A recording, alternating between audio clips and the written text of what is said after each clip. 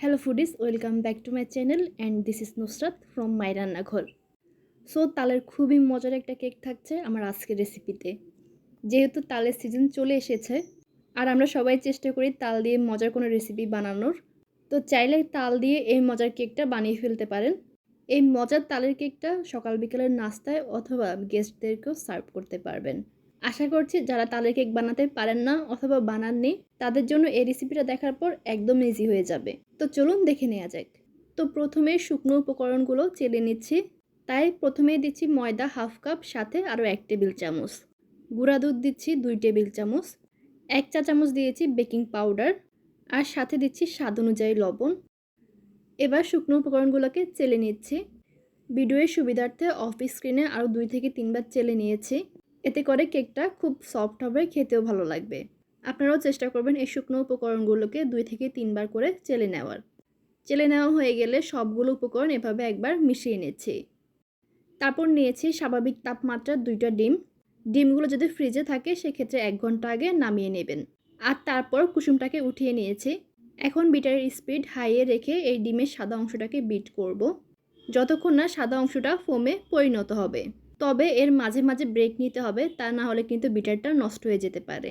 প্রতি 1 মিনিট পর 30 সেকেন্ডের জন্য বিটারটা অফ রাখবেন। ডিমের সাদা অংশ যখন ফোমে পরিণত হবে এই পর্যায়ে দিচ্ছি 1 কাপ চিনি। তবে চিনিটাকে আমি একসাথে দিচ্ছি না, একটু একটু করে দিচ্ছি আর বিট করছি। এতে করে চিনিটা খুব ভালো করে গলে যাবে। তো 4 বারে এই চিনিটা দিয়েছি। চিনি সম্পূর্ণ গলে আসলে দিয়ে দিচ্ছি ডিমের কুসুমগুলো। কুসুম দেওয়ার পর আরও 1 মিনিট বিট করে নিয়েছি। 1 মিনিট পর দিচ্ছি রান্নার তেল 2 টেবিল চামচ। আর তেল দেওয়ার পর খুব বেশি বিট করা যাবে না, জাস্ট এখানে তেলটাকে মিশিয়ে নিব। এতে করে 30 সেকেন্ডের মতো টাইম লাগবে। তো এখানে বিট করা হয়ে গেছে, দেখতে পাচ্ছেন ডিমটা একদম ফ্লাফি হয়েছে। তো এখানে 2টা ডিম বিট করতে আমার টোটাল 5 থেকে 6 মিনিট টাইম লেগেছে। আর ডিমগুলোকে আমি বিটারের স্পিড হাইয়ে রেখে বিট করে নিয়েছি। তারপর শুকনো উপকরণগুলো মিশিয়ে নিচ্ছি। এখানে শুকনো উপকরণগুলো একসাথে দেওয়া যাবে না, একটু একটু করে মিক্স করে নিচ্ছি। এতে করে ভিতরে কোনো দলা পেকে থাকবে না। আমি ভিডিওর সুবিধার্থে স্পিড বাড়িয়ে দিয়েছি, কিন্তু এই কাজটা একদম হালকা হাতে রেখে করতে হবে, তা না হলে ডিমের ফোমটা ফেটে যেতে পারে। এই পর্যায়ে দিচ্ছি হাফ কাপ কুচি করা নারকেল, সেই সাথে তাল দিচ্ছি 1 কাপ। আর তালটা কিন্তু অবশ্যই ঘন হতে হবে, পানি পানি যেন না হয়।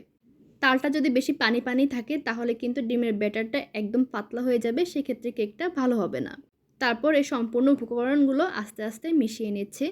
এখানে আমি একটু বেটার কালারের জন্য অরেঞ্জ ফুড কালার ব্যবহার করেছি। এটা সম্পূর্ণ অপশনাল, তবে ফুড কালারটা ব্যবহার করলে দেখতে ভালো লাগবে। এই ক্ষেত্রে ইয়েলো ফুড কালারও ব্যবহার করা যাবে। তো এই তো এখানে কেকের ব্যাটারটা রেডি হয়ে গেছে।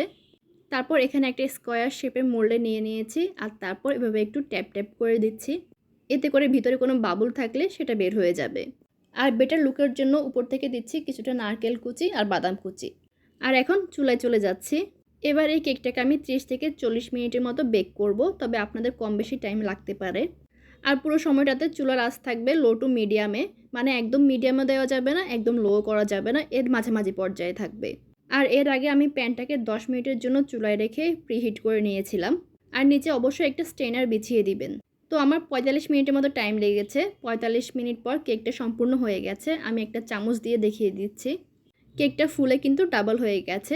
তারপর ঠান্ডা হয়ে আসলে কেকটাকে আমি মোল্ড আউট করে নিয়েছি। আর এখানে দেখতে পাচ্ছেন কেকটা কতটা সফট হয়েছে।